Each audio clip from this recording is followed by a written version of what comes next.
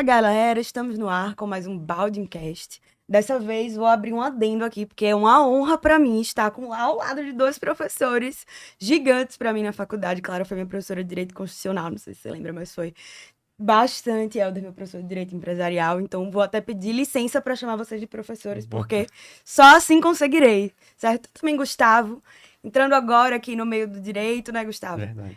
Vou abrir para vocês se apresentarem. Pode começar, Clara, demais. Então, eu sou Clara, né? Clara Machado. Eu sou professora desde 2008. Entrei na Universidade Federal de Sergipe em 2008 como professora substituta, já tem um tempinho. Professora de Direito Constitucional, professora do mestrado e doutorado em Direitos Humanos, hoje da Universidade Tiradentes, na área de Direitos Humanos e Novas Tecnologias, essa interface, né, Direitos Humanos e Novas Tecnologias, advogada na área de Direito Público, Empresarial e na parte de inovação. E mãe de Letícia Luísa, que é a minha função mais importante atualmente, né? Ser mãe de Letícia e Luísa. Eu sou Gustavo, né? Sou estudante de Direito, estagiário de Clara. Eu faço Direito na UFES, sou atualmente quinto período. E também ex-presidente da Temis, que é a empresa júnior de Direito lá da UFES. Então, assim, meu currículo é um pouquinho menor que o de Clara, né? Mas também aprendo muito com todo mundo aqui. Que bom, prazer encontrar com vocês hoje, conversar. A gente já vinha trocando alguma ideia sobre a ideia do conflito entre geração X e geração Z e o que é que a gente vê de pontos positivos e negativos. Eu acho que é uma conversa muito rica que a gente vai ter aqui, um privilégio muito grande estar com vocês aqui, né? E Eduarda capitaneando essa conversa. Só tenho a agradecer mais uma vez e vamos abrir para primeiras perguntas, né? Vamos sim. Como ela já adiantou, o tema hoje aqui é a integração, né, das gerações. Eu sempre digo que eu tô no meio. Eu sou uma geração que acompanhou muito a geração X, mas eu tô bem próximo da geração Z. Eu tô ali bem no finalzinho, perto dos 2000, mas ainda não. Então, senti muito, passei pelo processo físico, mas entrei no digital, já me formei no digital, enfim, acho que isso é bem interessante quando o tema foi levantado, né, para o podcast. Eu fiz esse tema, é muito bom, então acho que hoje a conversa é muito enriquecedora. E eu vou começar com você, Gustavo, acho que é uma pergunta bem básica. Como você descreve a sua experiência até agora como estagiário no escritório de advocacia? Então, eu acho que a experiência de estagiar em um escritório, ela pode ser muito vasta, né? Porque, assim, o perfil do escritório eu acho que é o que mais define, principalmente. Eu digo que estagiando com Clara, eu posso ter um contato muito maior com a inovação. E não necessariamente, eu acho que também preciso primeiramente construir uma ideia de que não é por ser jovem ou por ser da geração Z que a pessoa pode ter um contato ou tem experiência com a tecnologia, né? Então, eu acho que isso não é uma coisa inata a nenhuma geração. Então, a gente precisa principalmente sair da nossa zona também de conforto e tentar se aproximar e se especializar no uso da tecnologia. Porque todos nós temos celulares, nós utilizamos redes sociais, só que há uma grande diferença entre você utilizar a tecnologia de uma forma primitiva e amadora e você utilizar profissionalmente a história da advocacia. Então, eu digo que a minha experiência eu digo com Clara, né, que é meu estágio, é muito enriquecedora nesse aspecto de você saber utilizar a inteligência artificial e utilizar o conhecimento humano, que às vezes é muitas vezes subutilizado em virtude de uma operacionalização excessiva. Então, eu acho que com a tecnologia a gente consegue trazer o protagonismo da criatividade do ser humano para o jurídico e transformar o direito em algo menos mecânico, principalmente, que é às vezes uma atividade que o estagiário fica muito dedicado, né, a coisas muito mecânicas e acaba sendo um pouco minado a aprender de fato o que a advocacia irá ter que proporcionar depois, né? Entendi. Gustavo, aproveitando a pergunta, eu quando fui estudante de Direito, a gente tinha praticamente duas opções, ou a gente ia advogar ou a gente ia fazer concurso. Hoje em dia a gente tem uma pluralidade de possibilidades muito grandes. Hoje em dia você pode seguir para uma Lawtech, uma Legotech, você pode ser um consultor, você pode ser jurídico, tá no departamento jurídico de uma grande empresa. Então, as possibilidades para sua formação hoje são muito maiores do que para a geração anterior. Como é que você vê e seus pares, né, e entende o que é que o direito pode oferecer? Quais são as pretensões da sua geração em relação ao direito? Então, eu acho que a palavra-chave é interdisciplinaridade. Porque eu creio que o direito por si só, ele é muito bom, mas você não consegue sustentar uma carreira realmente com credibilidade e com um alcance de sucesso se você não explorar em outras áreas, não só do direito em si, mas também em outras profissões, tanto no corporativo como no ramo da educação, como vocês, porque assim, eu acho que não tenho dúvida de que a sala de aula facilitou muito a atuação de vocês como advogados e vice-versa. Então eu acho que é um conhecimento que tem que ser aumentado em outras áreas. Por exemplo, você está na faculdade, pegue uma matéria letiva em um curso de contabilidade, um curso de economia, um curso de administração, que com certeza vai facilitar e vai conseguir potencializar o seu entendimento no próprio direito. Então, eu acho que esse é o ponto principal, é trazer a interdisciplinaridade para o curso, sem dúvida. Maravilha. Bom, vamos lá. A gente, quando tá trabalhando no escritório de advocacia, tem pessoas de inúmeras idades ali, né? Gente mais jovem, gente mais velha. Eu mesma já lidei com ambos os mundos. Já lidei com advogado sênior e já lidei com estudante de direito do primeiro período. São cabeças totalmente diferentes para você ali integrar. E eu entendo que isso realmente demanda, né? Muito material humano, por assim dizer. Quais são as principais diferenças que você percebe na cultura de trabalho? E eu vou estender a pergunta para os dois. Quais são as principais diferenças que vocês conseguem perceber na cultura de trabalho de advogados sêniores, advogados que já estão aí na advocacia há anos, e dos estagiários? Mas também vou acrescentar, daqueles advogados mais jovens, da jovem advocacia da qual me incluo.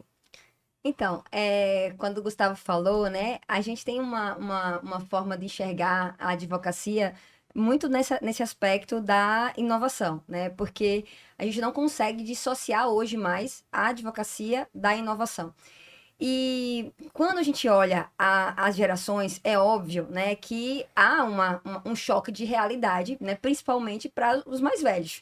Então, há quando você vê, por exemplo, quem acompanhou os processos físicos, né, é difícil, né, chegar no digital. Há uma maior dificuldade, né, de você alcançar o digital. Mas a gente observa também que a sociedade, ela anda numa freneticidade tão grande que todo mundo teve que, de certa forma, que acompanhar, né? Então, hoje, todos os ambientes, né, eles já estão, né, no ambiente digital. Então, a gente não tem mais, assim, nenhuma... Hoje, as audiências, elas estão acontecendo, né, no ambiente virtual, muitas audiências. A gente tem as sustentações orais no ambiente virtual. Enfim, a gente já tem toda essa transformação que, mesmo aqueles mais velhos, eles estão sendo, né, convocados a entrar nesse nosso mundo, né, a entrar nessa nossa realidade. Quando a gente traz isso para a juventude, eu particularmente eu amo, né? Trabalhar com a juventude. Então, assim, para mim, e Gustavo, quando entra lá no escritório, ele entra no segundo, terceiro período? Segundo período. Então, veja, quando eu faço seleção de estágio lá no meu escritório, eu não vou atrás daquele estagiário que está no sétimo, no oitavo. Ao contrário, eu gosto de estagiário que esteja começando mesmo. Por quê? Porque eu pego na mão e digo assim, você quer aprender? Né? Você quer entender o que é, né, ser um advogado, né, o que é o dia a dia, o que é essa realidade, né? Então, isso para mim é bastante importante, né, pra gente mostrar. Acho que assim, só vai pedir para fazer um parênteses aqui para agradecer os nossos patrocinadores, né? As pessoas que fazem o Baldingcast ser possível. Então, nosso muito obrigado para... Quem faz tudo isso acontecer, né? Quem possibilita, vamos agradecer primeiramente a iPhone Barato, SVN Investimentos, na pessoa de Wilden Júnior. Já temos um episódio aqui com o Wilden, episódio excelente sobre o financeiro, super indico a todo mundo.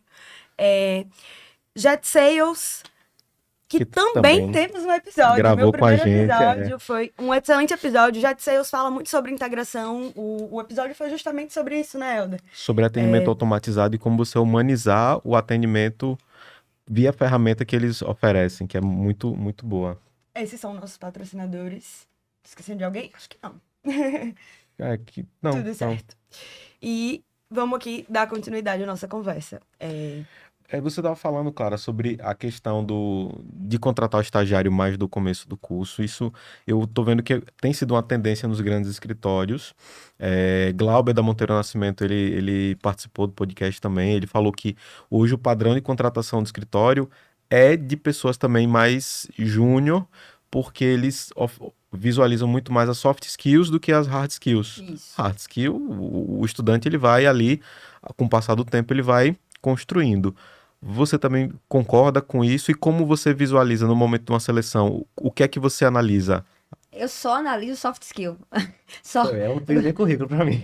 Eu não pedi nem currículo para Gustavo. Eu só fiz análise de soft skills, assim. O que é que ele tinha, né? A conversa foi uma conversa que se desenvolveu muito, né? Eu vi que tinha potencial, eu vi que tinha criatividade, eu vi que tinha toda essa parte, né, de vontade, né? De proatividade no sentido também de, por exemplo, lá no nosso escritório, a gente não usa Word há muito tempo. Nós não sabemos o que é o Word no escritório. Então, assim, para você, né, querer trabalhar conosco, tem que estar Cabeça aberta, aberto a essa realidade, né? Então, você está entendendo que você não vai usar, né, o Word, porque você vai utilizar aqui um outro sistema, né? Então, assim, que você vai produzir as peças já em legal design, porque a gente não produz peças sem ser em legal design. Então, assim, você está pronto para isso? Não, estou pronto. Né, eu quero fazer isso. Você entende que a gente pode usar aqui a ferramenta, né? A gente vai utilizar o ChatGPT pago, porque a gente precisa, mas se você não vai copiar o ChatGPT, ele vai ser uma ferramenta que você vai utilizar a inteligência artificial para melhoria, né,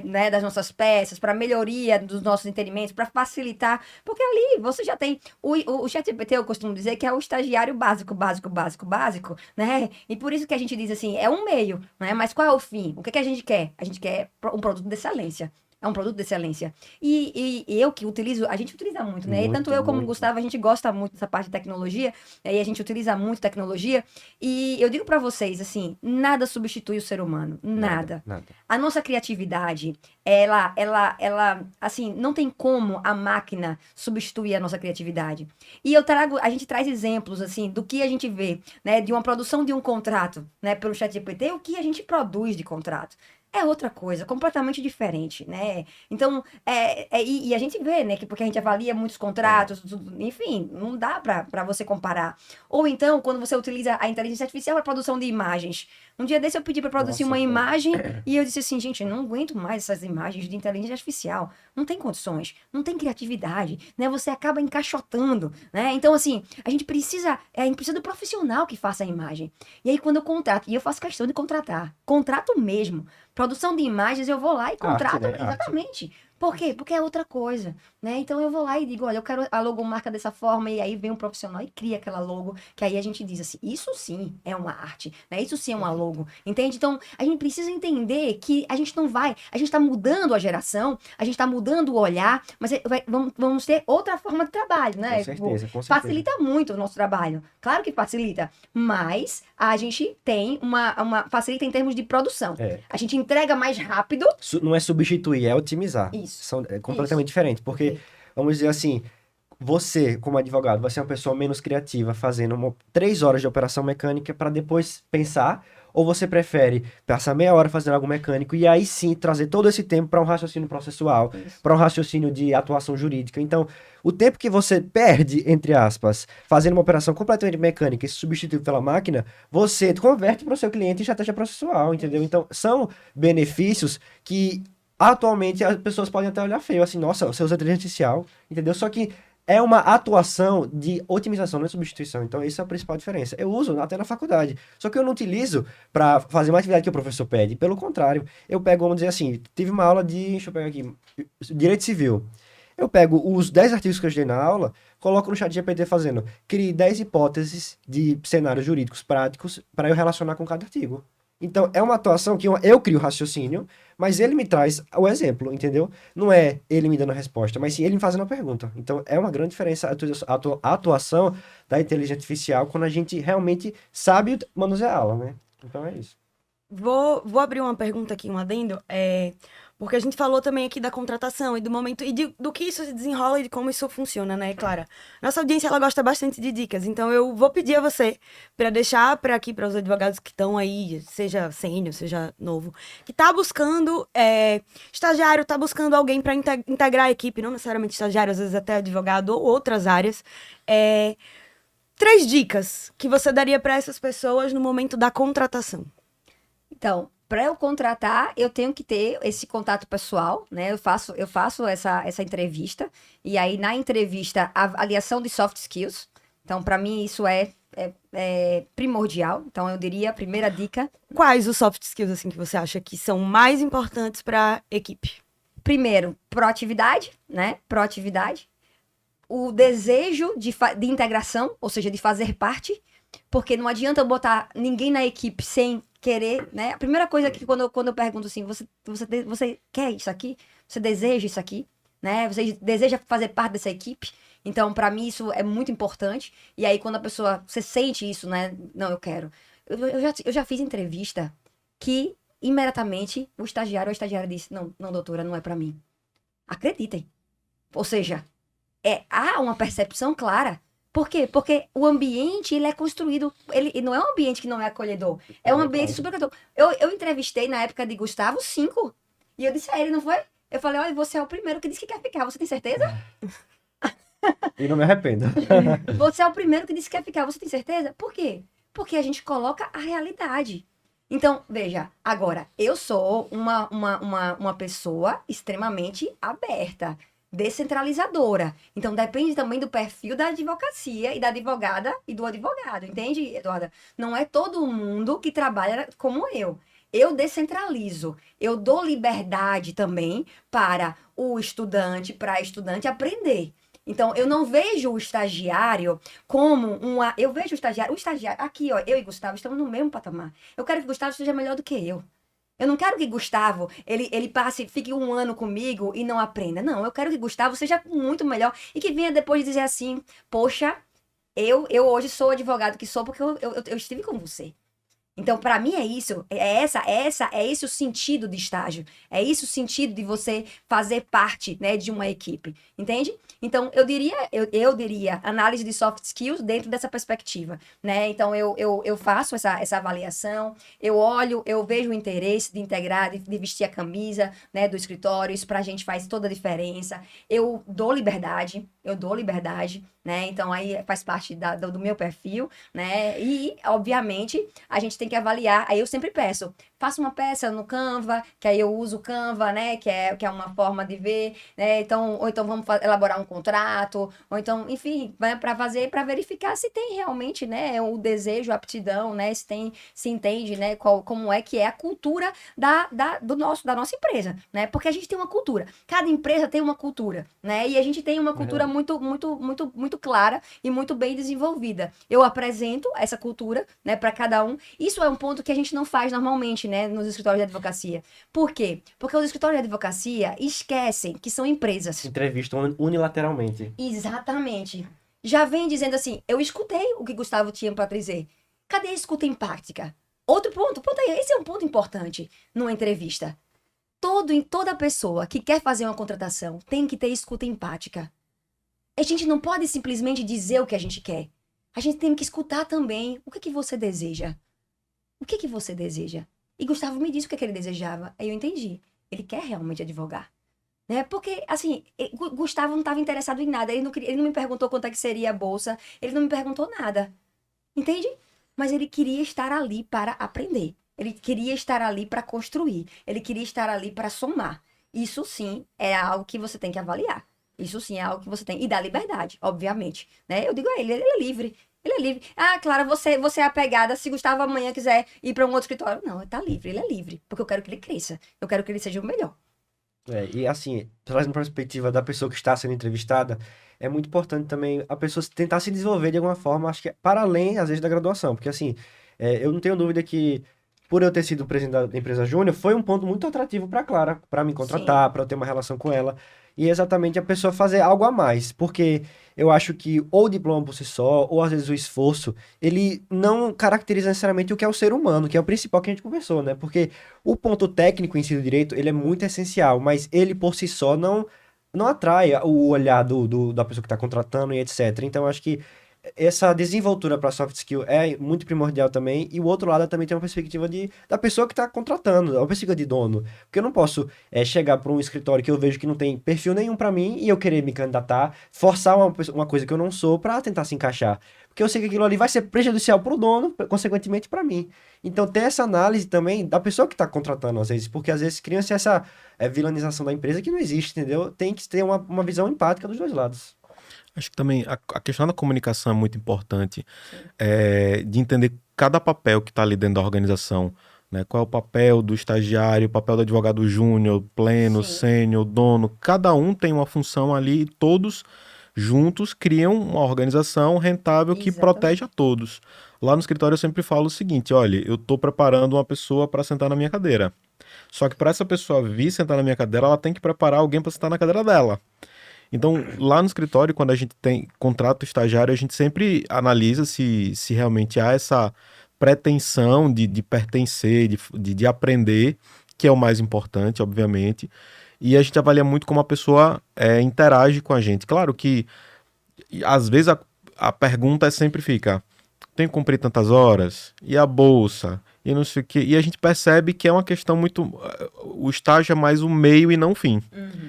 Tudo bem a pessoa perguntar da bolsa, tudo bem a pessoa perguntar de carga horária, mas quando essas perguntas vêm depois, É isso. tudo bem. Que a gente tem uma estagiária que ela veio negociar com a gente algumas condições. Eu achei ótimo, porque Verdade. ela vai participar eventualmente de uma audiência de conciliação, ela vai ter que negociar. Então, se ela já está demonstrando hoje essa habilidade dela, Perfeito. perfeito, ela está vindo para o lugar certo.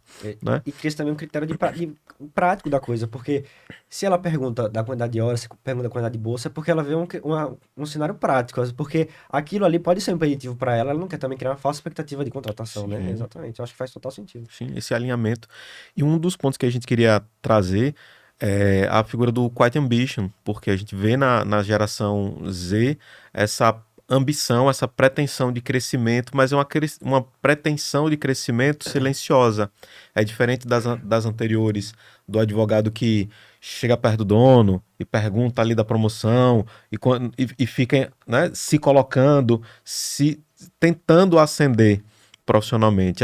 A geração Z ela é mais quieta, mais silenciosa, ela quer. Clara e Gustavo, como é que vocês veem? Se Gustavo se identifica dessa forma, se Clara já percebeu dessa forma e como vocês tentam viabilizar essa ascensão profissional? Assim, eu acho que ambição é uma coisa, acho muito até particular, acho que tem interferência nas gerações, claro, mas acho que depende muito de pessoa para pessoa. Eu digo que, assim, o que eu acredito é que, primeiro, antes de você querer alguma coisa, você tem que entregar, né? De fato. Porque não tem como você querer ascender algum local, alguma posição, ou querer algum tipo de retorno, ou profissional, ou econômico, se você não agrega. Eu acho que esse é o principal ponto. Então, após isso, aí você realmente vai pensando nas perspectivas de crescimento, etc. Então, eu creio que a ambição, ela realmente precisa ser de uma forma silenciosa. Porque a ambição gritante, ela não é ambição, ela é ganância, né? Então, acho que tem essa diferenciação muito importante quando a gente está numa posição de crescimento. Eu vejo, existe realmente, né, hoje essa questão, né, do silêncio mesmo, a gente observa, né, a gente percebe, mas eu acho que, por exemplo, eu como empreendedora, como empresária, né, eu tenho que ter esse cuidado também, assim vejo, né, para que eu não entre, né, dentro desse silêncio e não enxergue essas questões como um todo, né, assim, entenda o que eu quero dizer pode ser que, se eu não tiver um olhar empático também, né, do empreendedor, da empreendedora, a gente não permita que essa pessoa cresça e a gente pode perder a pessoa por ausência de visão, né, nossa. Então, esse é um ponto que eu concordo com o que Gustavo disse, né, que a pessoa precisa entregar. E, ao mesmo tempo, eu entendo que, como cultura organizacional, é muito importante já deixar claro, né, como é que são os step by step, né, para você, né, deixar definido, como você bem pontuou, Helder, né, para que a pessoa diga, olha, eu vou agora, já que tem todo esse silêncio, né, eu agora vou alcançar isso aqui, agora eu vou chegar até aqui, e aí permitir, né, esse crescimento paulatino, permitir, né, as regras muito bem definidas, né, de como é que vai ser, quando é que eu vou atingir tal, né, tal percentual, ou tal, né, enfim, né, tal meta, para conseguir crescer, para conseguir mudar de nível. Então, acho que isso é muito importante dentro de uma organização, para que os colaboradores, as colaboradoras, elas se sintam também prestigiados, até para que haja essa ascensão, né, até para que haja essa ascensão. E quando não quiser ascender também. Verdade. Deixar à Sim, vontade também. deixar à vontade também, com certeza, com certeza. Então, eu gosto porque tem pessoas que se realmente se adaptam àquela condição e não querem sair daquela condição. E você precisa respeitar, né, aquele profissional. Porque tem pessoas que são assim, tem outras pessoas que são inquietas. que querem sair, né? Enfim, fazer. E tá tudo bem também. Então, acho que a gente precisa respeitar e entender a peculiaridade de cada pessoa, né? Isso é muito importante. Quando a gente pensa, né, na cultura organizacional, quando a gente pensa na empresa, eu acho que a gente tem que olhar a singularidade mesmo de cada um, né? E de cada uma, para que entenda onde é que você quer chegar, né? E assim, o que é que você quer de fato? Porque aí sim a gente vai conseguir fazer assim, que a pessoa se sinta feliz naquele ambiente, né? Eu acho que isso é o mais importante. E pensar que, assim, é um quebra-cabeça, né? Não tem como todo mundo ser a mesma peça, todo mundo ter as mesmas qualidades, os mesmos defeitos, né? Porque senão não vai ter diversidade, e sem diversidade não tem um crescimento empresarial, né? Então, acho que tem que construir uma empresa com habilidades complementares, principalmente. Uma peste, acho que uma peste da geração Z é a ansiedade. Todo mundo fala que a geração C ela é mais ansiosa, não é? Gustavo, como é que você lida com essa ansiedade? A própria Clara acabou de falar, né? A pessoa que quer, e talvez a geração Z ela seja ainda mais ansiosa, ela queira mais rápido, ela quer. O jovem advogado, ele quer ser um advogado completo muito cedo, ele quer entregar rapidamente, ele quer. Como é que vocês lidam com esse perfil? Olha, eu acho que o que traz mais ansiedade e também diminui mais ansiedade é a mesma coisa, que eu acho que é a realidade prática. Porque, assim, no dia a dia, a gente fica ansioso com diversas justificativas e etc. Só que também quando a gente, pelo menos o jovem, quando tem contato, por exemplo, com o mercado de trabalho, com a realidade prática, a gente vê que as coisas são devagar. O crescimento, ele é lento. Então, quando a gente reconhece isso, a gente percebe que a gente não está necessariamente atrasado, não está necessariamente adiantado. É só uma questão de perspectiva. E aí você também consegue ter a autoanálise de pensar que o lugar que você quer chegar, ele demora, entendeu? E cria-se não um sentimento de pressa, mas sim de você estar imerso no contexto atual. Então, agora eu quero ser o melhor estudante que eu posso ser, o melhor estagiário que eu posso ser, o melhor presidente de empresa júnior que eu posso ser, para aí no futuro eu conseguir ser um bom advogado, ser um bom empresário, um bom professor, etc. Entendeu? Eu acho que é você estar imerso na realidade presente para conseguir dar o melhor de si agora e não necessariamente pensar em uma perspectiva sempre olhando para frente, que aí você esquece de fazer o presente e aí não tem nada, né? Muitas coisas interessantes foram faladas, assim, levei pro coração, inclusive. Vou trazer um adendo especial, porque Clara, sua tese de doutorado, na época que eu fui sua aluna, você estava apresentando sua tese de doutorado. E eu me lembro claramente que nos seus agradecimentos, você falava com as suas filhas. Eu acho que você estava grávida de uma das suas filhas. Eu tive Letícia, foi. Isso. E você falava assim, pediu desculpa pela ausência daquele tempo, mas que era para um futuro melhor. E aí, ó, me emociono quando eu lembro, porque isso para mim é referência. E de fato, a gente falou aqui de ambição, de crescimento, de tudo o que isso significa. E eu acho que as gerações, elas tendem a ter essa diferenciação, né? Antes as coisas aconteciam mais cedo para os meus avós, para os meus pais. Hoje em dia as coisas acontecem mais tarde. Gustavo pontuou muito bem que a gente precisa ter calma, né? Eu lembro que eu entrei com muita pressa na faculdade, assim, mas eu estagio desde o segundo período. E no estágio eu pensei, não, as coisas precisam ter calma, né? E aí eu queria, como uma referência que tenho mesmo, Clara, o que é que você acredita que faz para equilibrar essas aspirações? Como fazer para equilibrar essas aspirações que a gente tem na carreira e para conciliar a vida pessoal, com a vida profissional e entender essas etapas e acalmar essa ansiedade? Essa é uma pergunta difícil, viu, Eduarda? Porque, assim, eu te confesso que para mim também, é um aprendizado diário, né? É um aprendizado diário e eu não tenho nenhum tipo assim, nenhum tipo de respeito humano da minha parte, né? De dizer aqui, né, no programa, que eu vivo em processo de questionamento também em relação a mim, porque eu também sou uma pessoa extremamente inquieta, né? Extremamente inquieta. E a sociedade, né? A vida pede calma, né? A vida pede isso.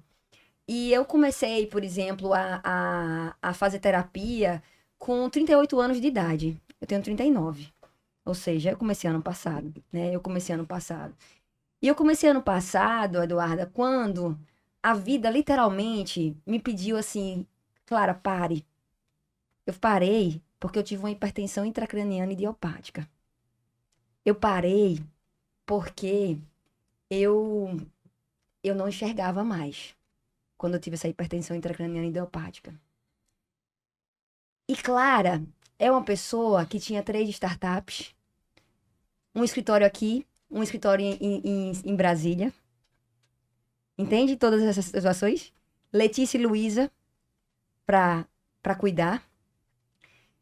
E a vida disse, olha, não dá. E você precisa olhar pra você. E você precisa parar e olhar pra você. Você precisa parar e olhar pra Letícia e Luísa. E aí, em maio do ano passado, isso começou, né?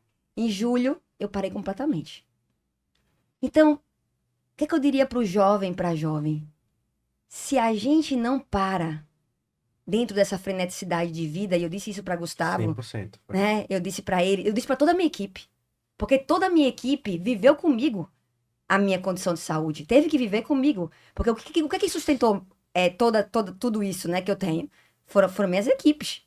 Né? Se não fosse a cultura organizacional que existia, se não fossem, né, todas as advogadas que eu tinha, a gente teria, né, acabado com todos os escritórios. Mas não, o escritório andou sem a minha presença.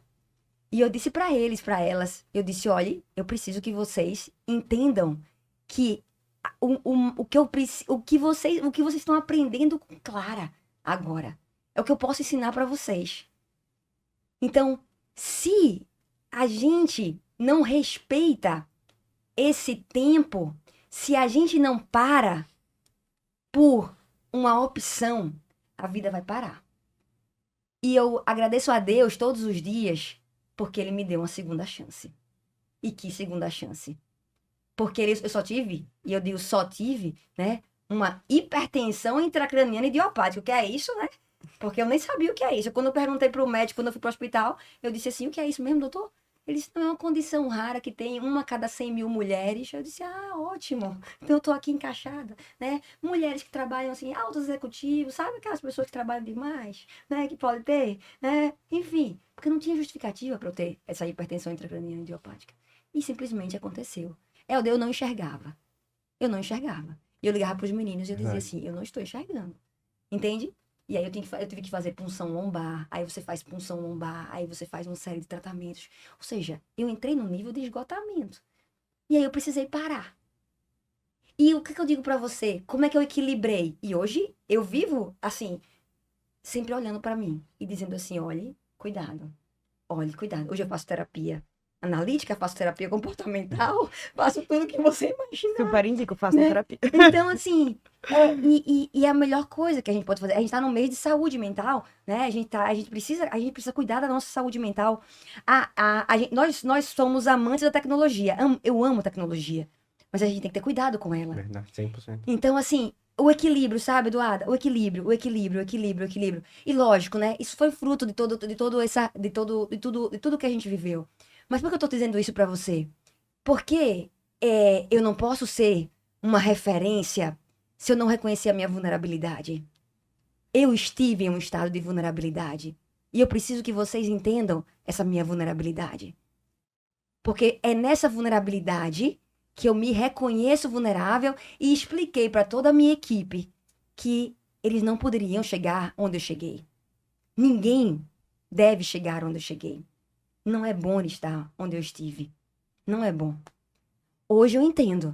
E hoje, obviamente, eu me cuido. E faço tudo, né, para que essa condição... Hoje eu tô 100% curada, né? Enfim, mas foi uma situação que me deu um estado de alerta. E que a gente precisa alertar a todas as pessoas para que a gente não chegue nesse nível.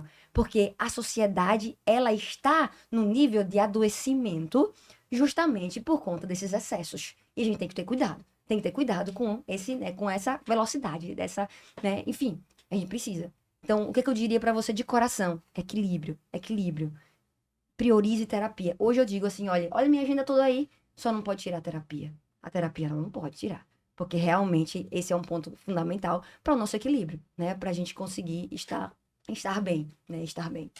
Claro, a gente está num mundo super conectado, como você falou, e todo mundo tá ali sempre dando uma olhadinha nas redes sociais, e rede social eu acho uma coisa assim, que se a gente não tiver um olhar muito crítico, é muito perigoso, porque todo mundo coloca algo que que acha que os outros gostariam de ver. Sim. Então, é muito comum a gente ver um colega advogado que posta lá saindo do escritório 11 horas da noite e se Sim. vangloriando disso, né? E como é que você tem conversado com o Gustavo nesse sentido? Até porque a geração Z ela nasceu nas redes sociais, né? Então, como é que você tem orientado esse olhar crítico e se você também concorda com essa visão, né? Eu tenho uma abordagem em relação à rede social, eu tenho uma abordagem extremamente crítica. Extremamente crítica. Assim, se pudesse, eu vou ser muito sincera. Assim, é porque a gente precisa hoje utilizar a ferramenta. É uma ferramenta hoje praticamente de trabalho também, né? A rede social virou uma ferramenta de trabalho. Mas a gente tem que ter muito cuidado, né? Então, assim, por exemplo, quando a gente tem um podcast, né, como esse, quando eu criei o podcast falando às claras, para mim fez muito mais sentido assim, a utilização da rede social. Então, a utilização da rede social para essas finalidades, para mim faz mais sentido. Para a finalidade de, por exemplo, escritório de advocacia, o que a gente tem feito é muito mais no cunho informativo, né? Muito mais. Mas, assim, no aspecto de marketing, eu não vejo, e aqui, lógico, com todo o respeito a todos os colegas, a todas as colegas, e depois eu quero que o Gustavo também dê a visão dele. Aham. Eu não acho que é uma advocacia de sucesso você ter que mostrar que está trabalhando até meia-noite. Eu acho que isso é algo que você ainda está em processo de construção, gente. É claro. Porque, veja, se eu estou trabalhando até meia-noite, eu ainda não consegui chegar, né, num nível de estrutura orgânica, né, e organizacional para me dar, né, um suporte, entende? Para que a gente faça o que é, da minha visão, o racionalmente correto, que é trabalhar de 8, né, às 18, né? E para mim, sexta-feira nem conto, porque sexta-feira à tarde ninguém trabalha lá no escritório. Então, assim, eu acho que é dentro de uma lógica de racionalidade. E outra, não adianta a gente também ficar o dia todo na rede social, porque se eu estou o dia todo na rede social e isso for um referencial de advocacia, eu não estou advogando, gente. Eu estou na Exato, rede 100%. social.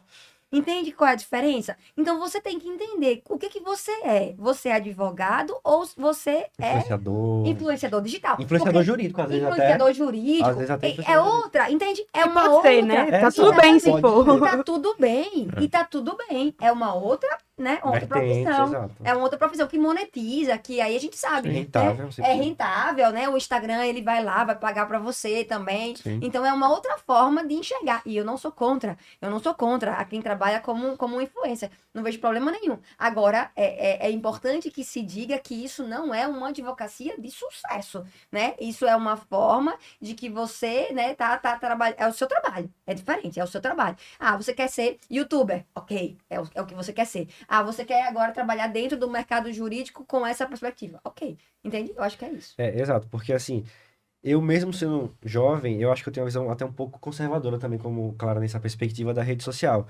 Porque eu penso que, assim, quando a gente trata de mídias sociais, etc., os números, quando eles muito altos, eu acho que eles afagam muito o ego da gente nesse sentido. E aí, às vezes, pode ser até uma armadilha isso para o profissional liberal, pensar que a conversão dele em credibilidade profissional está ali.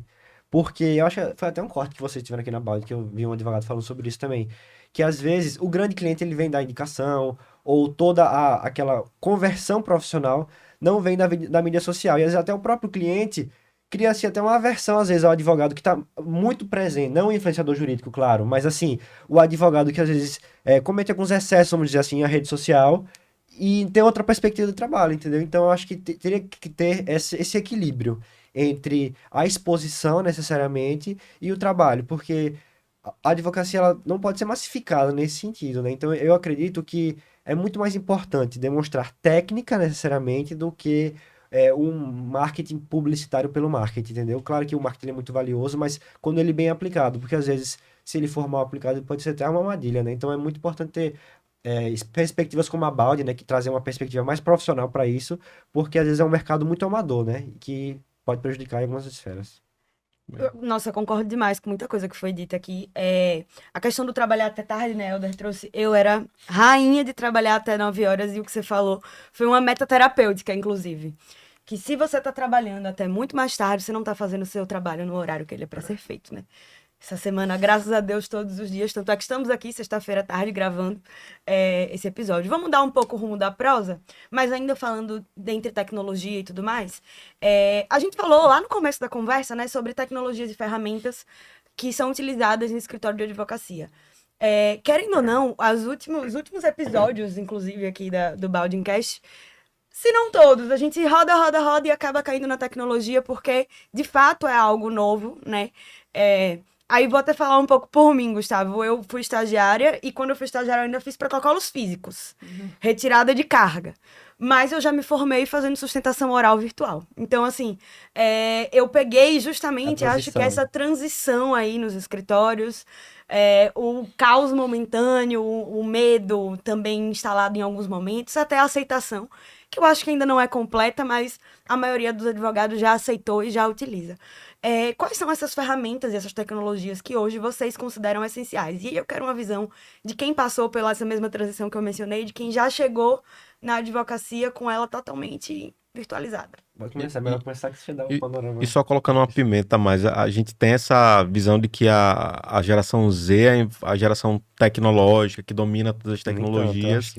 E queria que vocês comentassem também sobre isso. Pronto. Comece agora, eu acho. Então, eu sempre gostei muito, né, de tecnologia, então eu busco sempre o que tem de mais novo, então eu vou olhando o que tem no mercado, então desde sistema mesmo, a gente utiliza sistema no escritório, enfim, eu vou tentando entender o que é que vai facilitar o nosso trabalho, né, e também em termos de segurança, né, eu tenho muito 100%. cuidado com essa parte de segurança das informações dos Documento, clientes, né? né, então assim, a gente usa hoje o nosso escritório, ele é 100% dentro do ambiente virtual, né? Não tem papel, não aceitamos papel. Tem papel Se o lá. cliente for lá, a gente vai digitalizar e vai devolver imediatamente, né, o papel. Isso é normal, né? E a gente utiliza ambiente de nuvem, né? Então sempre vai ter nuvem. Pra vocês terem uma ideia, a gente trabalha tanto questão de segurança que a gente tem 3 nuvens, né? Então, assim, porque justamente pra gente ter toda essa parte e trabalhamos com essas questões justamente para evitar qualquer tipo de falha, né? Dessa parte de segurança de informação mesmo, porque é algo que a gente se preocupa, obviamente, pensando no cliente, no final, né? Que é a parte né? Que é o core, né? Do escritório. Além disso, quando a gente pensa assim, eu não peguei muito a parte física, não. Você trabalha, porque assim, para fazer carga, isso trabalho, né? Fiz algumas cargas, não, fiz carga de muitos processos de direito de família também, porque acho que demorou Antigos, mais. né? É um trabalho nessa área. Não vou falar vara, não, mas assim, fiz sim, viu? Fiz protocolos físicos, mas ainda enquanto estagiária, Eu fiz porque muito como advogado. inclusive, um das poucas coisas que o estagiário podia fazer, à época, assim, sem... Sim. Hoje em dia já é mais modernizado, né? Era carga de processos físicos. Então, fiz alguns protocolos também. Então, Mas eu já peguei o final da digitalização do TJ. Sim. Por exemplo, eu sou bem crítica, né, em relação, por exemplo, ao portal do TJ.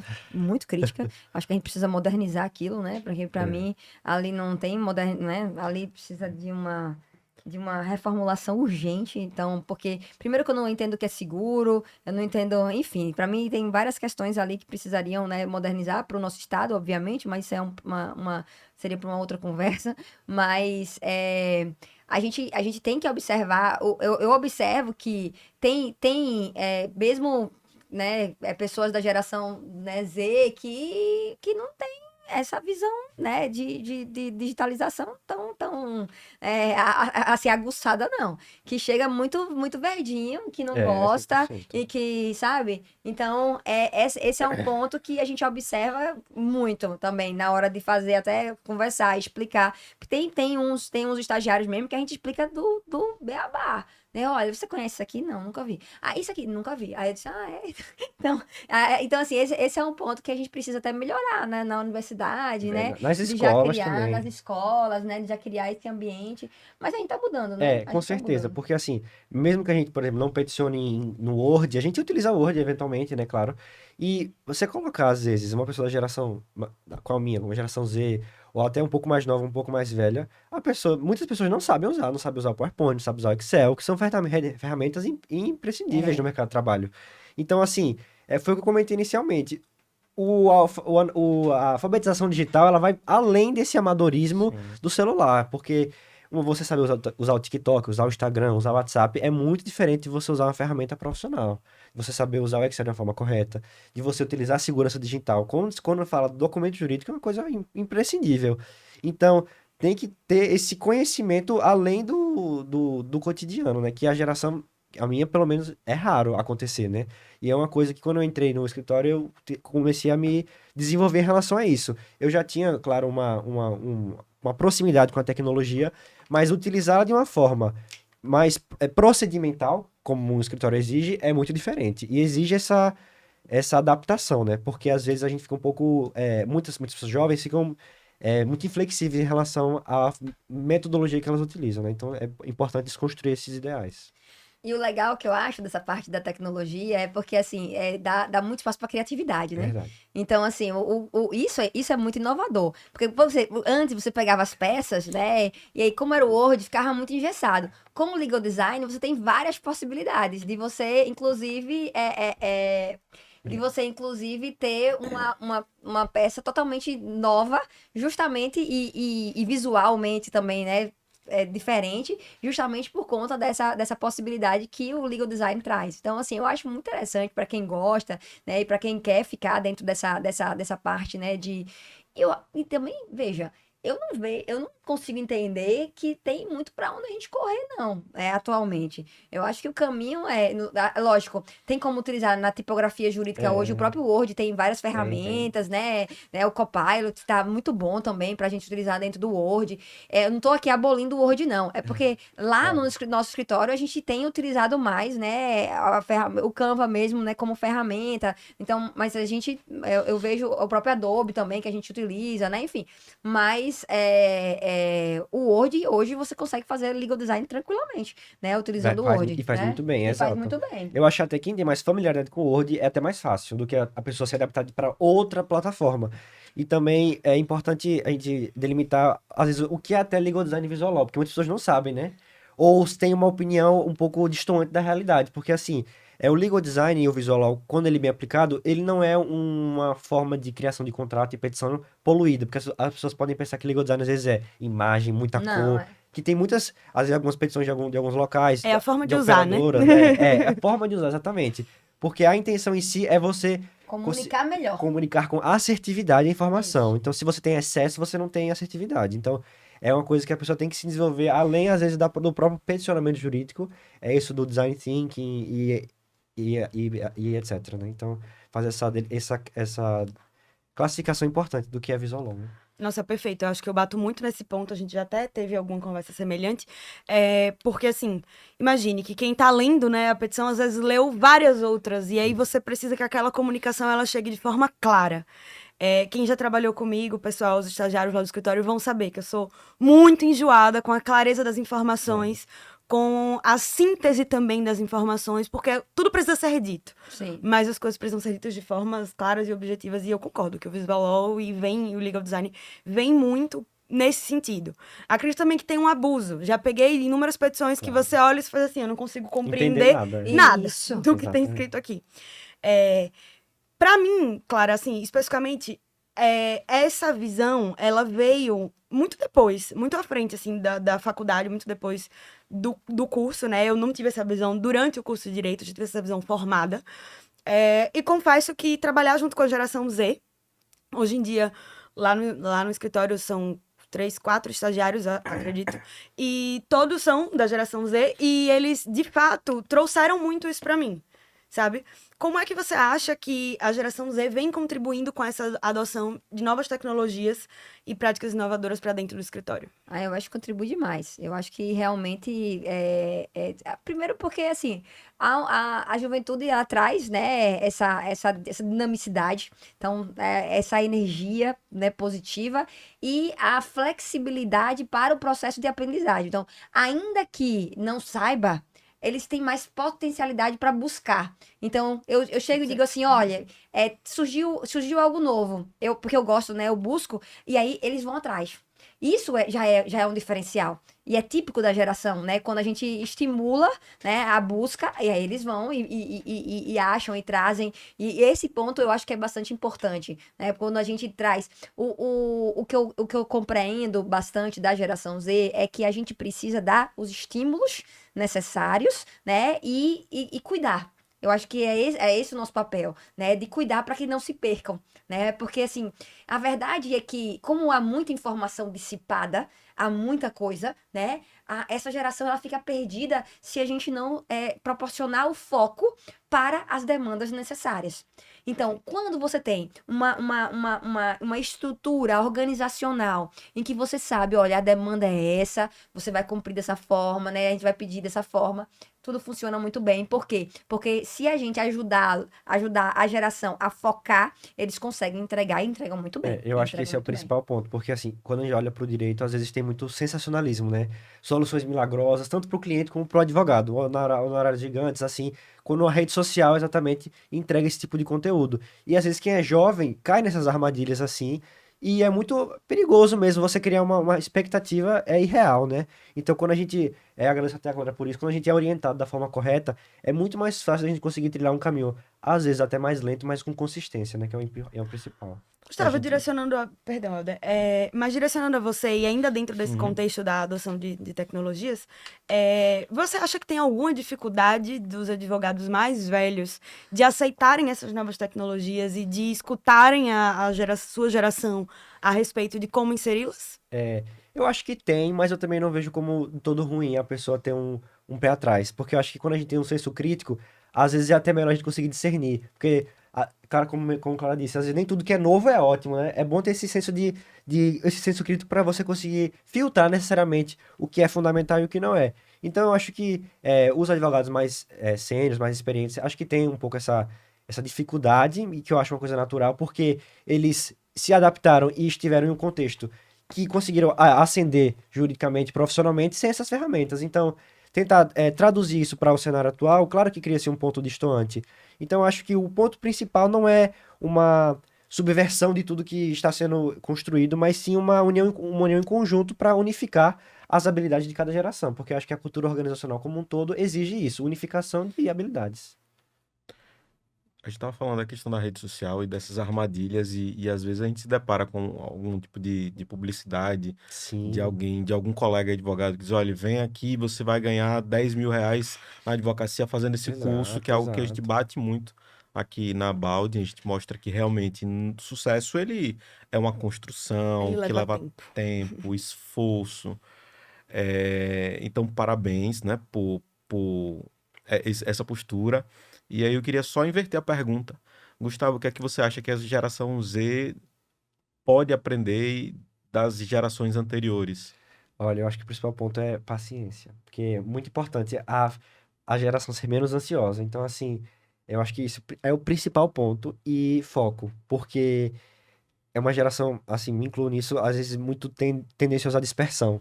E quando a gente consegue delimitar, às vezes, um objetivo, delimitar algum tipo de abordagem profissional, acadêmica, você consegue desfrutar muito mais daquilo e não necessariamente ser uma corrida incessante pela ganância, por tudo isso. Então, eu acho que o principal ponto que tem que se aprender com esse contato profissional é a calma, a paciência e entender que é step by step mesmo, como o cara disse. Nesse caso, você, Gustavo, você está na graduação você está lidando com professores de gerações Sim, anteriores, você pode ter colegas de sala de geração anteriores, e na própria Temis dentro do escritório. isso mesmo. Clara tem o escritório, tem outros empreendimentos, e acredito que esteja ali convivendo com pessoas de gerações mais recentes e gerações anteriores. Como é que vocês lidam com conflitos intergeracionais dentro da mesma organização? Então, a gente não tem muitos conflitos, né? Porque eu Felizmente. acho que depende muito da forma como você também dialoga, né? Eu acho que eu acredito muito, né, na construção dialógica de todo o espaço, né? Da cultura empresarial. E aí, pensando nessa cultura empresarial, né, dialógica, eu não vejo como, né? Eu costumo brincar. Porque sempre quando eu dava aula de constitucional, eu me lembro, né, quando eu falava das gerações de direitos humanos fundamentais, primeira, segunda, Terceira, terceira, quarta, né? quinta. E aí o pessoal dizia assim: ah, mas não vamos falar de geração, tem que ser dimensão, porque existe uma integração. Aí eu dizia sempre isso, eu dizia assim para os meus alunos, para as minhas alunas, eu dizia: mas gente, eu não consigo, eu, Clara, criar, né, um obstáculo a essa expressão geração. Porque eu consigo, com muita tranquilidade, ver o convívio entre gerações. Então, assim, como eu consigo entender e enxergar esse convívio intergeracional, para mim faz todo sentido falar em gerações, né? Porque, para mim, há uma comunicação muito tranquila, né, entre as gerações, na medida em que cada geração se coloque na posição, né, de escuta, de perder um pouquinho, né? Eu sempre digo assim, não tem como se criar nenhum tipo de diálogo com um copo cheio. Não existe, né? Então, todo mundo tem que esvaziar um pouquinho o copo, Verdade. né? Então, a mesa aqui, nós quatro, cada um vai ter que esvaziar um pouquinho o copo. Se nós quatro tivermos com o copo, né, um pouquinho mais vazio, a gente vai conseguir conversar. Agora, se nós quatro tivermos com o copo Falando. cheio, ninguém conversa, né? Ninguém avança. Então, eu sempre vou enxergar a possibilidade. E eu sou uma pessoa que convivi com minha avó por 14 anos dentro de casa, porque meu avô, infelizmente, faleceu cedo. E aí, quando eu convivo com uma avó, né, por 14 anos dentro de casa, com meus pais, né, também dentro de casa. Então, assim, eu convivi com as gerações. Então, eu consigo dizer com muita tranquilidade que é possível, sim, desde que exista uma abertura, né, para esse diálogo, né, uma compreensão, né, daquela pessoa. E isso vai muito do olhar horizontal, né, do olhar empático. A gente tem que parar de olhar para as pessoas com um olhar vertical, né, daquele olhar de imposição, daquele olhar, né, de que o seu pensamento, do olhar de dominação, de que o seu pensamento é o pensamento correto. Então, se você tem esse olhar empático, se você tem, você vai compreender aquela realidade, você vai entender a singularidade daquela pessoa e aí você não vai ver essas barreiras, né, que vão existir. Então, hoje eu aprendo muito com minha filha de 4 anos de idade, que quando eu tô um dia mais agitada, ela chega assim: mamãe, baixa aqui, porque ela é pequenininha, né, Lulu? Aí Lulu diz assim: baixa aqui. Aí eu baixo, ficando na mesma dimensão dela, respire um pouquinho, e aí eu respiro. Veja que ensinamento, né, que uma criança de 4 anos ela traz hoje. Por quê? Porque Luísa ela e Letícia, né, que são as minhas duas filhas, elas já nascem num ambiente, né, e dentro de uma educação que ensina o sentir. E nós ensinamos a elas a sentirem. Mas nós, principalmente nós três, Gu já é um outro momento, né? Mas a gente não aprendeu a sentir, a se conectar com essas emoções. Então, quem é que nos conecta com as emoções? Os nossos filhos. Eles nos convidam a essa conexão. Então, essas gerações, elas nos ensinam demais. Então, eu aprendo todos os dias. Eu aprendo com o Gustavo, eu aprendo com Luísa, eu vou aprender com cada um, né? A gente aprende com as pessoas mais velhas. Então, há muitas oportunidades, há muitos aprendizados, porque a vida é isso. A vida é aprendizado contínuo com aquelas pessoas que a gente convive. Porque ninguém vai passar do nosso lado se não for pra gente aprender alguma coisa. Essa é a realidade. E eu acho que assim, um ponto principal para as pessoas jovens é uma coisa que não pode ocorrer de nenhuma forma, acho que é etarismo, né? Quando a pessoa tem um preconceito, algum tipo de alguma barreira, porque é uma pessoa mais velha, e criar esse antagonismo, que é uma pessoa mais velha, ela é desatualizada e uma pessoa mais nova é experiente. Eu acho que as duas pessoas têm capacidades e potenciais complementares, então eu não vejo isso como uma perspectiva negativa, e sim de respeito mútuo, né? Porque É preciso respeitar a hierarquia, e a forma de comunicação também é muito importante. A forma como eu me comunico, como eu aprendo com uma pessoa mais velha, é diferente da pessoa que eu aprendo na empresa júnior, é diferente do que eu aprendo no escritório de advocacia. Então, são realidades e contextos muito diferentes, né? E está, realmente, quem é jovem é aberto a escutar e ouvir, né? Eu acho que, fazendo um comparativo, quando a gente entra em um primeiro trabalho, mercado de trabalho, um estágio, é semelhante quando a gente tem a idade da sua filha, pensando que assim, a gente sempre pergunta por quê, questionando, porque tudo aquilo é muito novo. E você não precisa necessariamente se acostumar com aquilo, dizendo, não, é dessa forma que tem que se fazer. Mas questione, não de uma forma desrespeitosa, mas indagar para entender o motivo principal daquilo, né? Então, estar aberto a ouvir é o principal, entendeu? Acho que quando a gente ouve com qualidade, a gente cria-se outro tipo de perspectiva de raciocínio. Eu vou um pouquinho além, assim, eu sempre digo, toda vez que entra algum estagiário novo, quem tá lá, é uma coisa que eu sempre falo, não tenha vergonha de perguntar. Pergunte, questione, tem dúvida, você tá aqui pra aprender, assim como um dia eu aprendi, assim como ainda aprendo todos os dias da minha vida com inúmeras pessoas. Mas às vezes, claro, a gente tá ali numa posição de gestão, lidando com uma equipe maior, com um volume de processo, com um cliente, enfim, com muitas coisas. E pode haver uma dificuldade na parte de gestão. Quais são as estratégias que você utiliza para gerenciar uma equipe intergeracional? Além da conversa, né? Obviamente a comunicação, ela envolve o dia a dia do trabalho, ela é necessária. Mas quais são as estratégias que você utiliza para administrar, para que o escritório rode de uma forma legal? Então, Aproveitando, complementando, você falou muito desse respeito entre as gerações e como você vê momentos, oportunidades no dia a dia, oportunidades até nos fluxos de trabalho para agregar esse conhecimento, para viabilizar essas trocas. legal. Então, eu penso que uma forma de gerenciamento que é positiva é você você criar, por exemplo, uma rotina de trabalho, né? Pensando, por exemplo, pautas, né, da semana. Então, a gente cria sempre pautas, né, de como tá a semana seguinte. Olhar a pauta é algo que é muito importante, é algo que é bastante relevante. Então, por exemplo, pega uma sexta-feira de manhã, né? A gente sempre tinha essa rotina, tem essa rotina, olhou na sexta-feira, então faz uma reunião de pauta, então vê como é que tá a semana seguinte. Então, cada um já vai dizendo, já vai enfrentando, eu tenho uma dificuldade aqui, eu tenho um ponto aqui para fazer uma observação. Permite aí, Helder, esse momento de troca de cada um, né? Porque é uma reunião conjunta, ali todos vão estar presentes, né? E aí cada um também entende a realidade.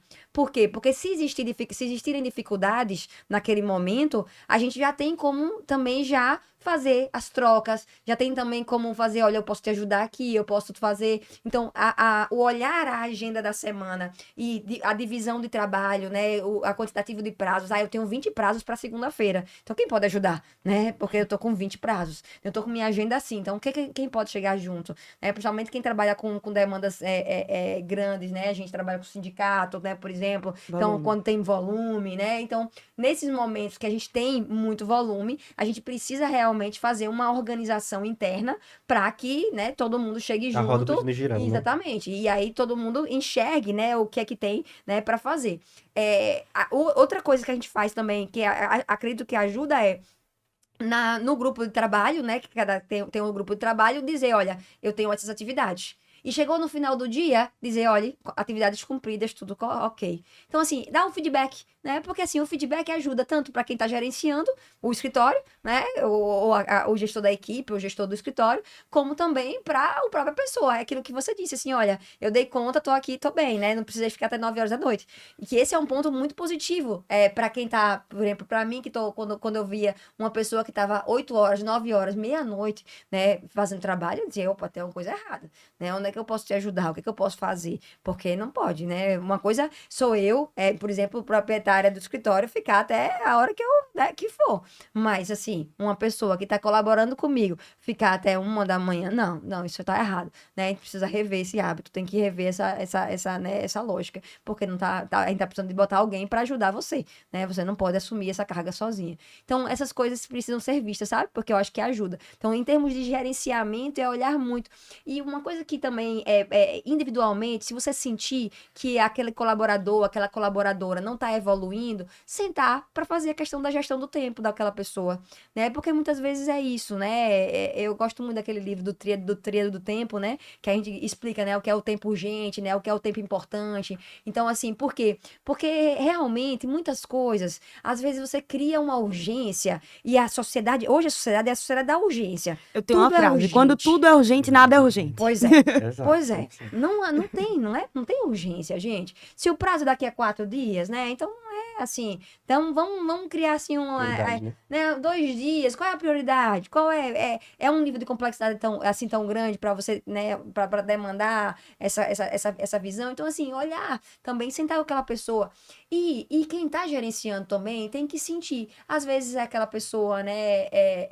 Passando por alguma dificuldade, passando por algum problema. Então é importante também ter esse olhar cuidadoso, né, com a equipe, porque a gente sabe que a sociedade, ela disso, assim, como tem essa questão, né, desenfreada, e eu digo porque passei por isso, né, então, assim, hoje eu tenho esse olhar com muita tranquilidade, porque vivi, né, na pele, passei por essa realidade, então eu consigo olhar e dizer, olha, você precisa ir para uma terapia, né, lá no escritório hoje a regra é assim, olha, quando eu vejo, eu digo, eu pago a tua terapia, eu pago, pode ir que eu pago a terapia, Lá no porque, escritório né, também, a gente dá team terapia. porque Todos assim, fazemos. é o melhor, né? É o melhor, porque assim, a gente precisa cuidar uns dos outros, porque senão também não evolui. É, e né? exato. E assim, trazendo para a perspectiva que eu tive, pelo menos na empresa Júnior, eu acho que é uma palavra muito importante, um termo que atravessa toda essa parte do corporativo, é ambidestria organizacional, que é um termo muito importante quando a gente diz assim, o que é ambidestria? O que é uma pessoa ambidestra? É uma pessoa que escreve com as duas mãos. E quando a gente levar isso para o campo organizacional, o que isso significa? Que a gente precisa equilibrar o que é operacional e o que é criativo e intelectual, né? Porque assim, se a gente só, às vezes, cumpre prazo, o advogado ele não pensa, às vezes, na prospecção do cliente, nos 5 a 10 anos aqui. Isso quando a gente também só fica na parte estratégica, a gente esquece também o prazo, que também é importantíssimo. Então, ter esse equilíbrio, às vezes, não só na perspectiva profissional, mas também na faculdade, em todas as áreas. Eu acho que é muito importante ter esse equilíbrio e jogo de cintura para conseguir dinamizar essas duas áreas. Isso que você falou é bem interessante, porque minha chefe sempre diz, né, que advogado cumpridor de prazo a gente tem um monte. E a gente realmente precisa entender, influenciar mesmo a equipe a pesquisar e tudo mais. Eu sinto, Clara, muito também, e Gustavo, se eu estiver errada, você me corrija, que a geração Z, ela também é uma geração, e aqui eu tô até vindo um pouco para fora, que acaba pesquisando muito e vai ali, a gente vai passar por essa questão da gestão do tempo, mas ela vai na pesquisa, mas às vezes foge ali do roteiro, foge da trilha. Como a gente pode fazer para dentro do escritório associar isso e gerir melhor a equipe nesse sentido, de que a ferramenta seja corretamente utilizada? Você está falando em pesquisa em que sentido? Só para entender. Uso de ferramentas em geral, chat GPT, enfim, inteligência artificial, como é que faz para que isso não fuja da rotina ali do escritório, principalmente quando a gente lida com pessoas mais jovens, que ainda não estão tão habituadas ao uso dessa tecnologia em prática no processo. O que você acha aí, Gustavo? Porque para mim tá tão Também, olha, é difícil. Tá tudo organizado. Tá tudo organizado, mas também é bom fazer esse senso crítico, porque às vezes a gente dá um passo para trás para conseguir olhar. Mas assim, eu acho que é o contato mesmo, é o contato e a pesquisa de orientação. Porque quando a gente não é pegar a plataforma e utilizar de uma maneira imprudente, ou às vezes sem nenhum tipo de orientação. É ir direto na fonte. Assim, eu digo em relação à inteligência artificial, quando você estuda documentos e orientações pela língua inglesa, a gente consegue ter uma qualidade muito melhor, entendeu? Então, assim, eu acho que, às vezes, não se limitar, às vezes, ao português Brasil em sentido de pesquisa em relação à inovação. Quando a gente olha estratégia de inovação jurídica e até escritórios, é muito bom a gente pegar referências de fora, porque a gente consegue importar com mais qualidade sem um desvio técnico muito grande. Mas eu acho que o principal é o contato. E presencial, eu acho que é importante também. Você olhar ali a plataforma, olhar a ferramenta de pesquisa, Jus Brasil, tem várias, né, assim, nesse aspecto, e entender necessariamente qual é o o ponto de virada ali de utilização de produtiva para aquilo. É porque também a grande questão é você saber utilizar, Saber né? utilizar. O ponto-chave é esse, porque também não adianta você ter a ferramenta e você não saber utilizar a ferramenta.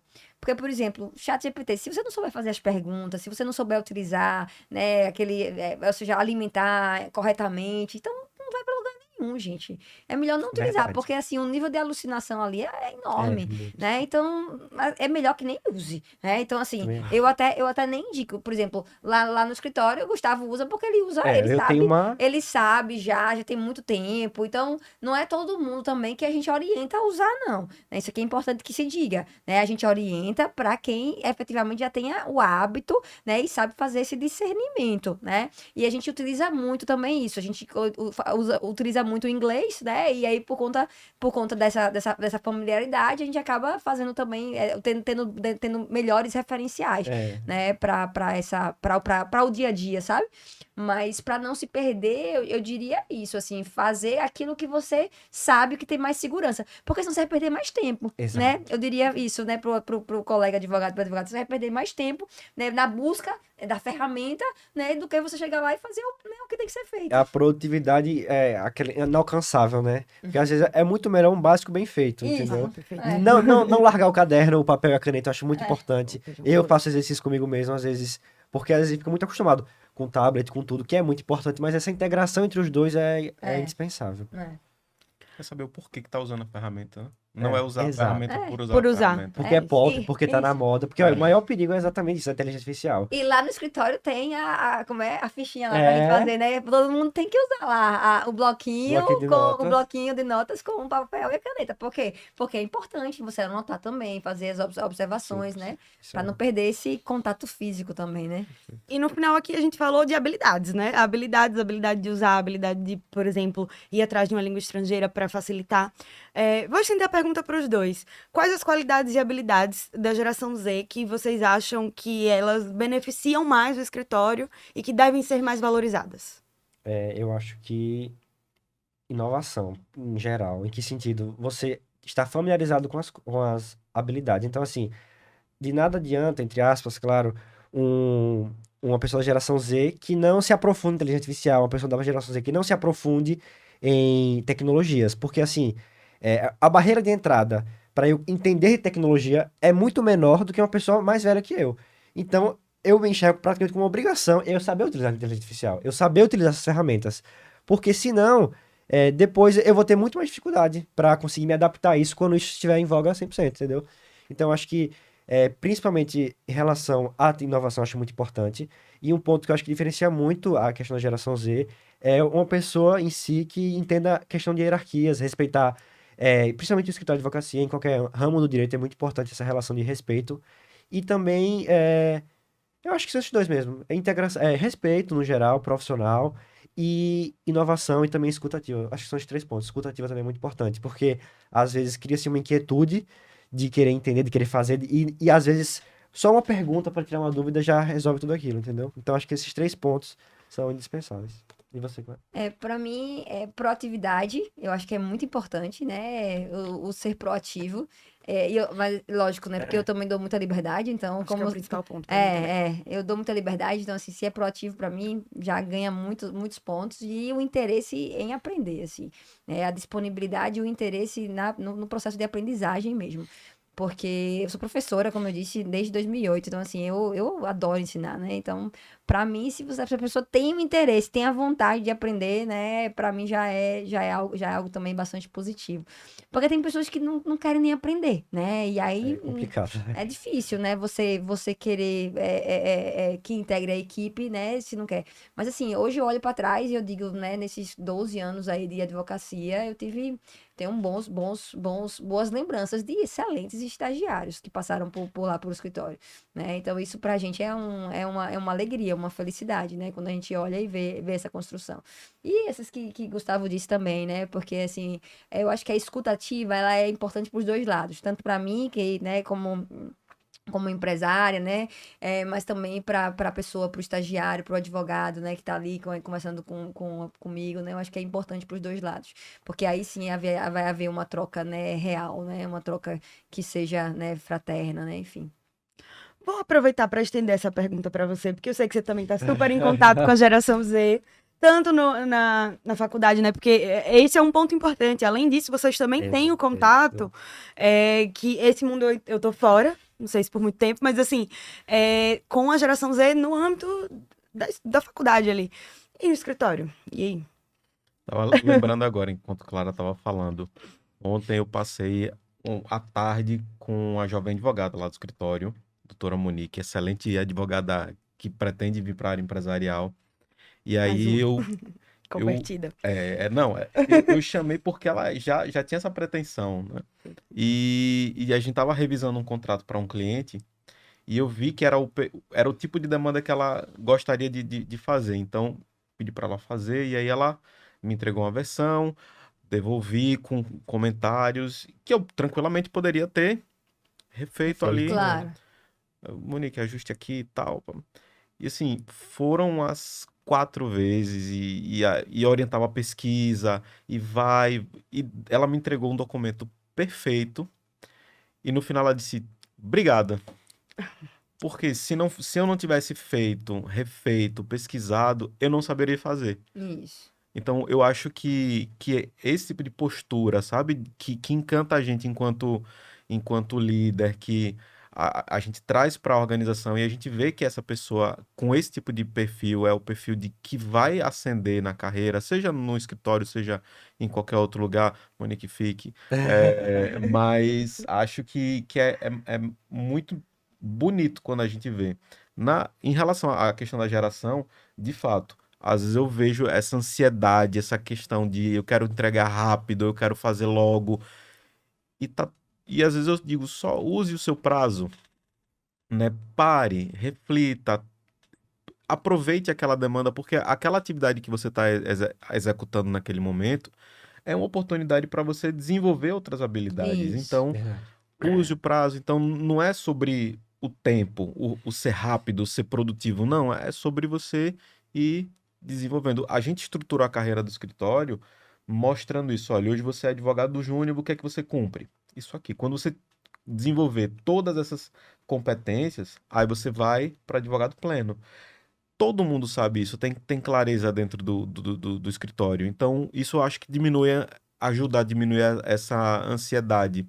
Porque a pessoa tá ali, olha, tenho que dar um check ali, eu preciso fazer tantas audiências de instrução, eu preciso fazer sustentação oral.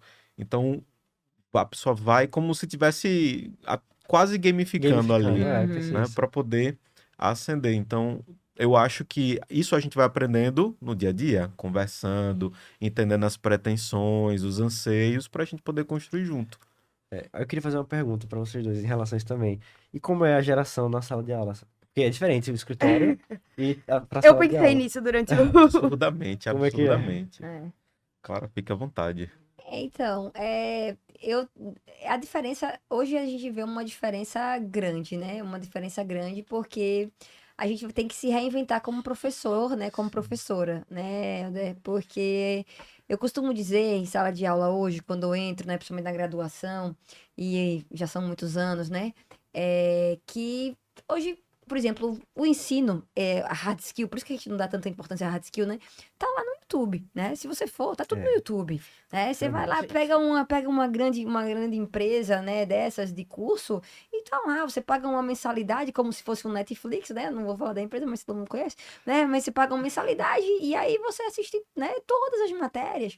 Então, eu costumo dizer em sala de aula, quando eu vou pra sala de aula, né, eu converso muito, eu adoro sala de aula, eu amo mesmo, sabe? E aí eu digo assim, eu pergunto para os meus alunos, o que é que vocês estão fazendo aqui, né? Qual é o sentido de estar aqui? Então vamos inverter, né, essa lógica. E a gente precisa inverter mesmo. Então, o que eu vejo o perfil do aluno? A gente precisa de um alunado que também desenvolvam outras habilidades. Né, que também tragam outras habilidades. E nós, professores, também estamos nos reinventando. Então, hoje, as minhas aulas de constitucional, por exemplo, né, hoje, esse semestre, eu estou lecionando processo constitucional. Elas são praticamente a partir de casos da advocacia que eu trago. A partir dos casos, a gente vai estudar mandato de segurança. A partir dos casos, a gente vai estudar uma ação direta de inconstitucionalidade. A partir dos casos, a gente vai estudar uma arguição de descumprimento do preceito fundamental. Né? Então, aí sim vai fazer sentido para o aluno para a aluna, né? Mas senão não vai fazer sentido, porque é muito mais fácil. Você pega um aluno que vai estar lá no celular enquanto você está dando aula, né? E como é que você vai atrair? Como é que você vai, né, chamar a atenção? Então, é desafiador para nós, professores e professoras, né? Porque nós somos realmente apaixonados pelo que nós fazemos, mas a gente precisa toda hora, todo o tempo, né, trazer essa inovação também para dentro de sala de aula. Porque se a gente não inovar dentro de sala de aula, a gente não consegue estabelecer essa conexão com o aluno, com a aluna da geração Z, né? Então, esse é um ponto de reflexão que eu faço diariamente quando eu entro em sala de aula. No meu caso, assim, eu me sinto muito bem em sala de aula, como Clara falou. E não são raras as vezes que a gente sai estressado de casa, sai estressado do escritório, chega na aula, a gente começa a dar aula e aquele Calma. estresse ele vai, sabe? Dissipando. É um ambiente que é praticamente uma terapia. Por mais que eu seja defensor também da É terapia. terapêutico, é terapêutico. É terapêutico. Não é E- terapia, mas é terapêutico. Mas eu vejo uma dificuldade. Hoje em dia a gente está consumindo conteúdo em 5 minutos, em 30 Isso. segundos. Nossa, O aluno total. ele tem ali várias todos. aulas online com aulas de 12 minutos no máximo. É. E aí a gente está numa sala de aula onde a gente tem que dar uma aula de 100 minutos Isso. e tem que captar a atenção desse aluno por 100 minutos. É o principal desafio. Na minha visão, é o principal desafio. É você você justificar o aluno estar ali prestando atenção em você. É. Então, hoje a minha aula eu tento fragmentar, trazer muito caso, Isso. trazer questão da OAB, questão de concurso, mostrar Dinâmico, né? Uma dinamicidade na isso. aula. Né? E as pausas, né? Então, eu tô falando daquele conteúdo, paro, questão, caso, volto, dando essas pausas. Mesmo assim, eu vejo também uma dificuldade muito grande do aluno pegar um livro, pegar um manual, pegar um... né? Importantíssimo. Assim, Isso eu sou muito chato. Perfeito. E o que é que eu tenho feito para isso?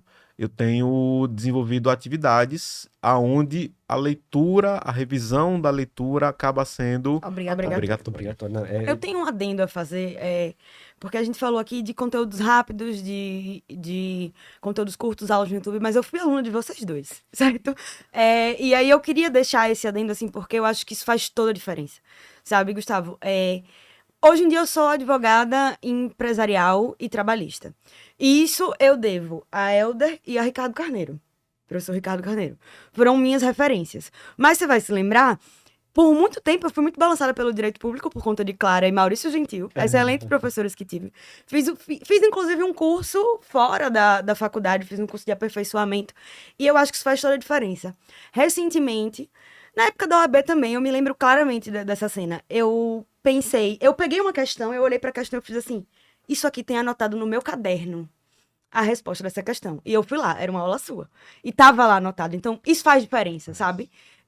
O conteúdo rápido, a aula que você paga e tem ali, tipo, uma assinatura de Netflix, ela é muito boa. Não tô falando que não é. Mas o contato, ele é muito mais importante. E eu acho que, para além do contato ser mais importante, o que também é mais importante é a experiência, né? E a experiência, ela deve ser passada. E aí eu vou retornar até para a questão da geração Z e tudo mais, justamente por quê? Porque eu acho que o estágio, ele deve ser uma segunda escola. Eu aprendi muito no meu estágio. Acho que eu aprendi mais do que na faculdade. Porque a experiência e os casos que Elder viu, que Clara realmente. viu, que Grace, que é minha chefe, viu, são coisas que nenhum livro ou nenhuma aula de conteúdo pago vai me trazer, né? E justamente isso, e a gente vai falar justamente da integração da geração, a gente tá encaminhando para o final do episódio, e a minha última pergunta seria o que é que vocês dariam de conselho, né, para quem tá, tanto para quem tá gerindo quanto para quem tá estagiando, de como aproveitar? Respondendo a minha própria pergunta, eu diria que, passando pelo que você disse, de Monique, que é querer aprender, sabe? O querer aprender, ele é fundamental. Eu também corrijo minhas petições, minha equipe vai saber. Eu corrijo vírgulas e português. Eu sou muito, muito, muito chata. Corrijo parágrafos, eu sempre digo, eu tenho uma frase lá, todo mundo ri. Quando eu vejo parágrafos muito longos, eu fiz isso aqui, o português tá errado, não existe uma frase de 6 linhas. Uma frase precisa ter, né, sujeito, enfim, toda aquela questão, eu sou muito enjoada com isso. E aí, recentemente eu vi uma pessoa que foi estagiária, hoje em dia é advogada lá no escritório, doutora Carol, beijão, olhando uma petição e falando assim, esse português aqui tá todo errado, e meu coração se encheu de felicidade, porque eu quero realmente que todo mundo ali cresça e aprenda. Então, para mim, o desejo de aprender o que eu tenho em relação a Grace, que eu tenho em relação a Elder. Inclusive, o dia que eu me senti bem, assim, na minha advocacia, foi um dia que a Elder me ligou, perguntando, tirando uma dúvida sobre um caso. Eu fiz assim, como assim? A minha referência tirando uma dúvida comigo? Então, assim, naquele dia eu entendi que tá valendo a pena, eu tô no caminho certo, é isso que vai. Esse seria o meu conselho. Qual seria o de vocês? Assim, eu acho que para quem realmente é jovem ou tá estagiando ou tá começando a advogar, é tentar construir um arcabouço, assim, o mínimo que seja doutrinário. Eu acho muito importante. Porque, assim, realmente, aula, videoaula, aula da faculdade, ou até o próprio estágio, são aprendizados indispensáveis, mas eu creio que o conhecimento, vocês são professores, realmente, acho que vão concordar, que o conhecimento doutrinário, às vezes, da matéria jurídica, cria-se um senso argumentativo muito mais robusto. Então, eu penso que é a principal coisa das pessoas mais jovens se atentar a isso, porque às vezes a gente deixa muitas pessoas, eu no caso, que eu realmente gosto muito, mas deixa de lado o livro, deixa de lado a doutrina para ir para uma apostila, para ir para uma videoaula, e não são conteúdos inimigos, mas assim, como eu já comentei novamente, são coisas conjuntas, que você tem que usar em conjunto, em diferentes estratégias, né? Então, acho que a construção de um arcabouço doutrinário é indispensável, principalmente para quem está começando. Eu diria que para, né, quem está gerindo, né, não tenham medo de ensinar, né, não tenham medo de entregar, porque é nesse ensino, nessa entrega, que vocês vão, né, conhecer os talentos e que vocês também vão ter grandes surpresas Soma, e né? grandes somas, exatamente, para a sua empresa, para a sua organização. Né? Então, acho que esse é um ponto que, para mim, é fundamental. Eu vejo muitas pessoas ainda muito presas àquela ideia, não, isso aqui, até aqui eu posso ir, não, ali eu não posso, né? Porque senão vai acontecer isso, E né? aprende. Aprende e depois vai. Que bom, né? Assim, eu acredito muito, sabe, que tem espaço para todos. Né? Eu acredito muito mesmo nessa filosofia e acredito muito na advocacia. Acredito de verdade, né? Hoje eu digo para vocês com muita tranquilidade que tem espaço para todos, para todas. Agora você tem que, obviamente, se destacar e fazer bem feito. Não dá para o que não tem espaço é para aquele colega, para aquela colega que efetivamente não quer estudar, né, que não quer se dedicar, que não quer se aperfeiçoar. Isso realmente a gente vai encontrar aí uma barreira, né, um obstáculo. Mas para quem quer, né, estudar, para quem quer fazer a diferença, sim, sempre vai ter espaço, sempre vai ter espaço. Porque por mais que a gente diga, né, que são tantos, né, 1 milhão e tantos advogados, advogadas, a gente vê uma real necessidade e várias possibilidades também, né? Então, outra coisa que eu quero dizer é busque o novo, né? Saia da mesmice, né? Vá para outras áreas, veja outras possibilidades. Então, a gente tem aí uma série de inovações, né? A gente tem outras áreas que vão surgindo no direito e que a gente pode trazer essas novas áreas para dentro, né? Então, as legal techs, law techs, a gente não precisa ficar, né, necessariamente dentro do nosso escritório de advocacia, né? Hoje mais. A gente pode empreender de várias formas. E a gente não está vendo isso ainda aqui em Sergipe, mas é algo que precisa ser construído, precisa, né, trazer mais. Eu sou uma das que gosto, né, dessa área de tecnologia e invisto nessa área de tecnologia, assim como o Elder também gosta e investe nessa parte, né, de startups, mas assim, é algo que a gente precisa ter esse olhar para sair também e ter coragem de empreender, porque a advocacia também é um pouco disso, né? A advocacia está totalmente conectada com o empreendedorismo, a não ser que você realmente esteja vinculado, né, como um colaborador, mas como colaboradora. Mas se você quer ter um escritório, você está empreendendo. Se você quer empreender, né, as legal techs, as startups, é um excelente caminho também. Então, busque o novo também, né? Saia da caixa, né? Pense fora da caixa. E eu acho que, assim, às vezes também a inovação não está apenas nessa parte digital, nessa parte de inovação, como a gente já vê por fora. Às vezes, inovar em uma sub-área, inovar no direito trabalhista, inovar no direito previdenciário também é muito importante, né? Não precisa ir só para o direito digital e tal. Acho que a inovação está em todos os aspectos, né? E às vezes até mais importante inovar em uma área que é tradicional, né? Isso, porque se adapta, né? As coisas também mudam, né? Sim. E por isso a gente precisa atualizar. E eu vou até acrescentar, Clara, ainda que você esteja como um colaborador, você precisa empreender também, você precisa ter essa visão, Claro. até porque você tá dentro de um negócio, né? E o negócio, Claro. eu digo, minha escola foi nas vendas. Eu comecei trabalhando de cresce vendas no junto. shopping. Então, venda Cresce nada junto. mais é do que você crescer junto com Cresce a empresa, junto, né? Sem dúvida, sem Enfim. dúvida, sem dúvida. Finalize a pergunta, seu conselho. O meu conselho concordando, né, com eles, esse cuidado primeiro com a técnica, aprender, ter humildade, querer aprender, né, ter atenção aos nossos mestres, ou seja, pegar um bom manual, pegar um bom curso, se debruçar, ler a jurisprudência, e não só a ementa, mas ler a decisão, ver o que é que foi discutido ali, entender o que é que está fazendo.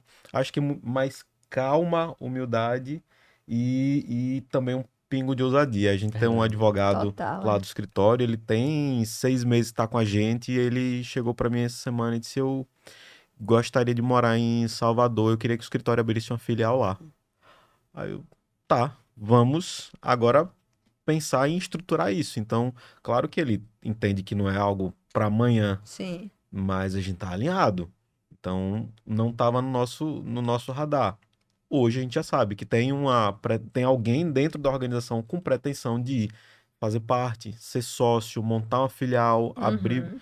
Então, ter esse diálogo com todos e respeitar, né? Isso. Cada um.